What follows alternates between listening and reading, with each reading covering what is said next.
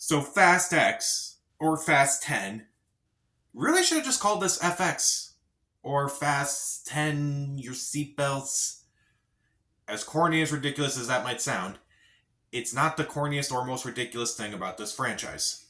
So, Fast X was directed by Louis Leterrier and once again features several faces from the past Fast and Furious movies, such as Vin Diesel, Michelle Rodriguez, Jordana Brewster, Tyrese Gibson, Ludacris, Charlize Theron, who else? Helen Mirren appears in these movies, Nathalie Emmanuel, Sung Kang, Jason Statham. Features some new faces including Jason Momoa, Brie Larson, Alan Richardson. Even Rita Moreno makes an appearance in this movie. This time around, following the events of F9, one of the villains from Fast 5, he had a son played by Jason Momoa, who's now finally coming for revenge for Dom and his family for stealing all that money in Fast 5. So now he's going to take out Dom's family once and for all, and Dom has to stop him once and for all. So I was not looking forward to Fast X, even though I was reviewing all the Fast and Furious movies before this movie. I still wasn't really looking forward to it. The last one wasn't particularly great. Even though I was interested to see what Jason Momoa would bring to this movie, I still wasn't interested. The trailers didn't do too much for me. And as far as this movie goes, I would say this is one of the better entries in the franchise. It's definitely a lot of fun. I mean, I had a good time watching it at least.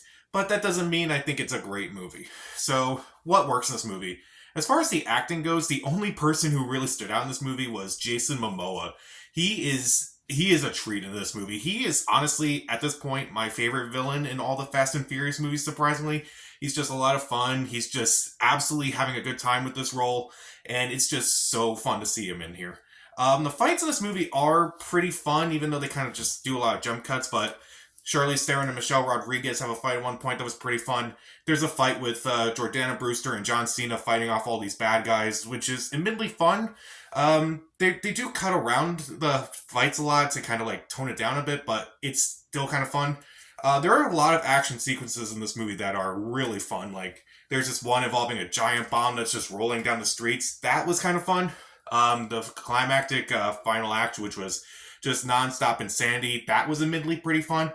And admittedly, this movie can, like the rest of the movies in this franchise, it can be unintentionally funny.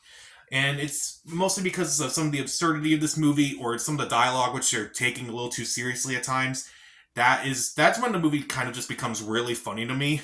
I don't know. I just didn't laugh at like the intentional jokes as much as I laughed at the absurdity of this movie.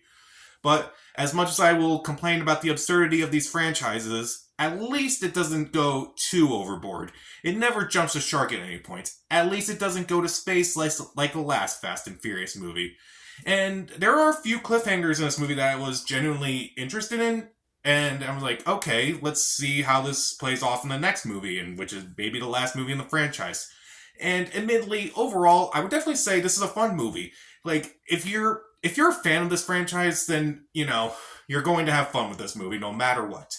But it's definitely fun. You're not gonna have it's not a boring movie by any means. It's definitely like just action packed throughout, and it's definitely enjoyable.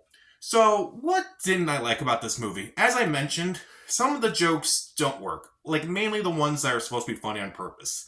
Like, there's this one joke about Tyrese Gibson having money in this movie, and it's not really funny in this movie when they just do the same joke over and over again. I just didn't laugh at it. And I do think there's also a few characters in this movie that I was just not really interested in. Like, Brie Larson only appears in a couple scenes in this movie, and I was not really impressed with her performance. Rita Moreno, I kind of felt bad for her, because like she kind of just walked on for like 2 scenes. And it's like, what was the point of having her in this movie? It just didn't work for me overall. And also was kind of disappointed in some of the other characters in this movie, like John Cena. I was kind of disappointed with him in this movie.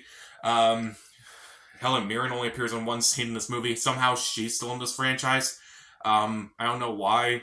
And admittedly, I think there's one too many subplots in this movie. And I think the main problem with the movie is that they kind of separate everyone for a while. Like, they have Dom and his storyline. They have John Cena and Lil Brian in the storyline. And they also have one involving Michelle Rodriguez and Charlize Theron.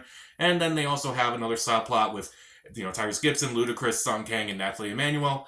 And I just think it just doesn't balance itself right enough to the point where it's like, okay, we're going back to this story. And I just felt like, wasn't that a story earlier? And eventually it would come back. but it's still it. And I think because of that, the pacing is a bit off. It's about 2 hours and 20 minutes, and I definitely felt the pacing of it because they just kept cutting back and forth between these storylines, and sometimes I felt like they paid more attention to different storylines than they did to like try to balance it out evenly. So Fast X, admittedly, is pretty fun to watch, but you kind of have to know what you're getting into at this point. This is the 10th entry in this franchise, and if you don't know what these movies are like at this point, then you're probably not going to like this movie. Or if you do know and don't like it, then don't bother seeing it. The acting's pretty soft. The acting is fine, but particularly from Jason Momoa, the fights are fun. There are some fun action sequences here and there. Admittedly, it can be funny, but mainly unintentionally. And I definitely had a fun time watching it. There are a few cool cliffhangers, and I'm just glad that this movie doesn't go too absurd or over the top, kind of like Furious 7, where it's just absurd enough. And even though I didn't find a lot of the jokes funny, I just found too many subplots that were just not interesting, and I felt some of the characters were just not that interesting, and the pacing was a bit off. This is strangely one of the better entries in this franchise, in my opinion. I'll give it 2.5 out of 4 stars. Stream it. So, who's your favorite character in the Fast and Furious franchise? Comment down below, subscribe to the channel. This is Pat. Stay safe.